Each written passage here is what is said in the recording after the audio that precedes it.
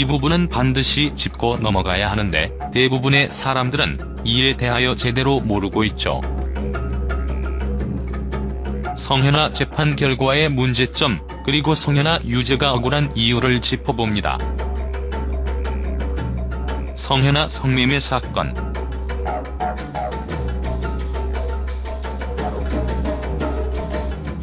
2013년 12월 성현아는 성매매 혐의로 약식 기소됩니다. 검찰 2010년 2월과 3월 사이에 개인 사업가와 3차례 성관계를 맺은 후 5천만 원을 받았다.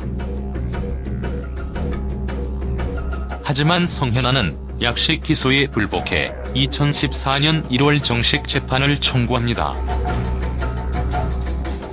사실 약식 기소를 하면 이름도 이니셜 처리가 되기 때문에 90년대 미인대회 출신 등 성현아를 특징짓는 문구가 있다고 하더라도 성현아로서는 큰 타격을 받지는 않았을 겁니다.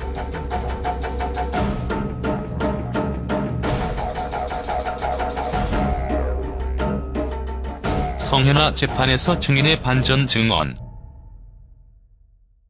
2014년 2월 첫 공판. 성현아 측의 심리 비공개 신청으로 공판은 비공개로 이루어집니다. 첫 공판은 변호인과 검찰 간의 각자 주장의 차이점을 확인하는 자리이기에 단 5분 만에 끝나게 됩니다. 2014년 3월 31일, 4월 7일 2차, 3차 공판. 이때 굉장히 큰 반전이 일어납니다. 바로 성현아가 요청한 2명의 증인이 성현아에게 불리한 증언을 했기 때문이죠. 와 성현아 성매수자 B씨. 결국 재판 초기에는 증인석에 앉아있던 이들이 4차 공판부터는 피고인석에 앉게 됩니다. 재판이 진행되면서 이들의 혐의도 인정되었기 때문이죠. 결국 이들의 증언에 힘입어 성현아는 유죄 판결을 받게 됩니다. 강모씨 성현아와 개인 사업가 최모씨의 만남이 성교 행위를 전제로 한 것이다. 재판부 역시 이들의 증언을 받아들입니다.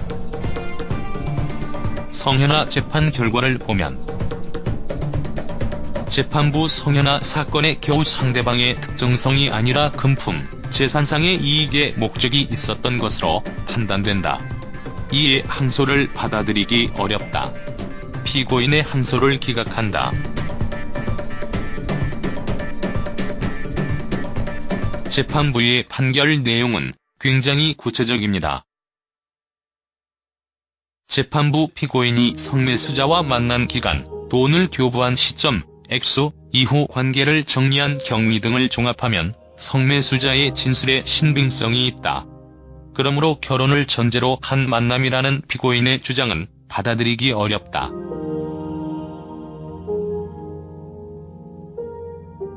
즉, 비공개 재판 과정에서 성현아는 사업가 최모씨를 결혼을 전제로 만났다고 주장한 것으로 알 수 있습니다.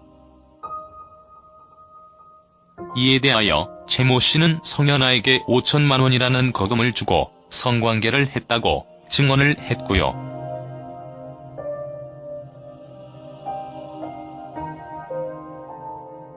굉장히 이상한 점 1.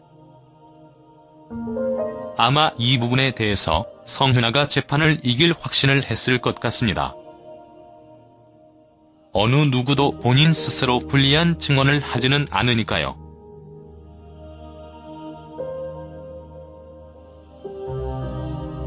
그런 점에서 위에서 언급한 것처럼 성매매 알선 브로커 강모씨와 성매수자 최모씨의 증언은 무척 경이롭습니다.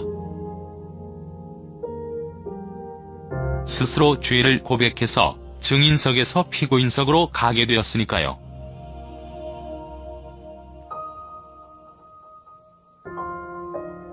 보통 범죄자들의 경우는 검찰과 여죄를 놓고 협상을 하는 경우도 있습니다. 검찰의 수사가 사실일까? 사실 사건의 초창기 검찰의 수사 기록을 살필 필요가 있습니다. 성매매 알선 리스트에서 성현아는 굉장히 특이한 케이스였습니다. 수원지검 안산지청은 성매매 알선 혐의로 1명을 기소하고 성매매 혐의로 11명을 기소했다. 이 가운데는 브로커 강모 씨와 재력가 최모 씨, 그리고 여배우 성현아 씨가 포함돼 있었다. 검찰의 연예인 성매매 리스트에는 남자 2명, 여자 9명이 들어있네요.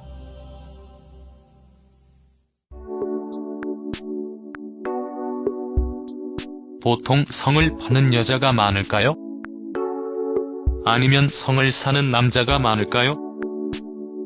굉장히 이상한 점 2. 한 명의 여자가 여러 명의 남자와 관계를 맺기 때문에 보통 한 명의 매춘부가 걸리면 수십 명, 수백 명의 남자들이 따라 걸리게 마련입니다. 그런데 성현아 케이스의 경우는 굉장히 희한하게 남자가 훨씬 적네요. 사실 검찰의 조사 결과를 보면 그 이유를 알 수 있는데 이것 역시 석연치가 않습니다. 검찰 조사 내용. 성현아는 2010년 2월부터 3월 사이에 3차례에 걸쳐 사업가 최모 씨와 성관계를 맺고 총 5천만 원을 받았다. 나머지 여성들은 2010년 11월부터 2011년 5월 사이에 중국 등을 드나들면서 브로커를 통해 각각 한 차례씩 외국인을 상대로 성매매를 했다.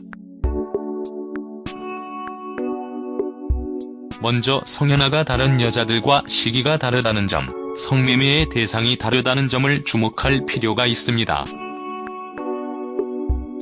즉, 성현아가 굉장히 이례적으로 다른 성매매 여자들 사이에 낀 형국이죠. 또한 8명의 여자들이 외국을 나가서 겨우 한 차례씩의 성매매를 하고 돌아온 것일까요? 그걸 알선한 브로커들은 없는 걸까요? 당시에 검찰이 유명 여자 연예인들이 성매매에 연루되었다는 언론 플레이를 함. 하지만 후에 검찰의 발표와 달리 유명 여자 연예인들은 없고 오직 이름이 알려진 것은 성현아뿐이었음. 사실 검찰이 사건 초기부터 이런 말을 흘리는 것은 굉장히 이례적임. 이에 따라 당시의 정치적인 사건을 덮기 위하여 성현아를 위해 사건에 끼워 넣었다는 소문이 돔. 검찰이 말하지 않는 진실. 이와 같이 검찰의 수사는 굉장히 허술하기 짝이 없습니다. 사실 성매매 사건은 사회 기득권층과 연관이 되기 때문에 장자연 사건에서처럼 쉬쉬하고 넘어가는 경우가 많습니다.